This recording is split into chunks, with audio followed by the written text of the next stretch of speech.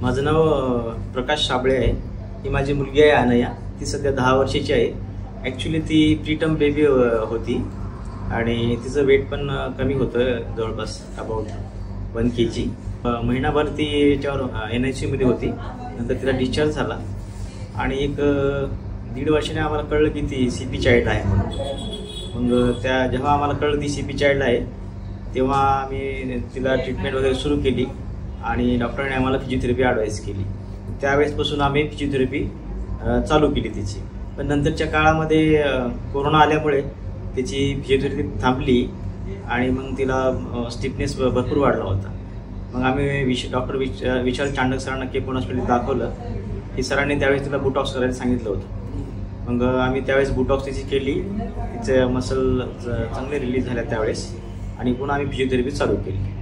पण नंतरच्या काळामध्ये थोडीशी फिजिओथेरपी बंद पडल्यामुळे पुन्हा तिला स्टिफनेस वाढला होता आणि थोडीशी डिफॉर्मिटी तिला फॉर्म झाली होती।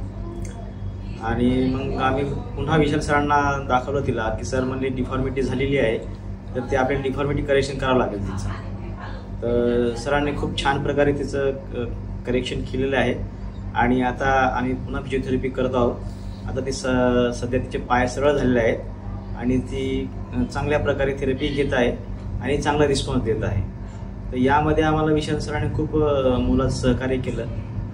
म्हणजे मानसिक जे आधार असतो तो खूप मोठा असतो, तो मानसिक आधार खूप दिला सरांनी आम्हाला।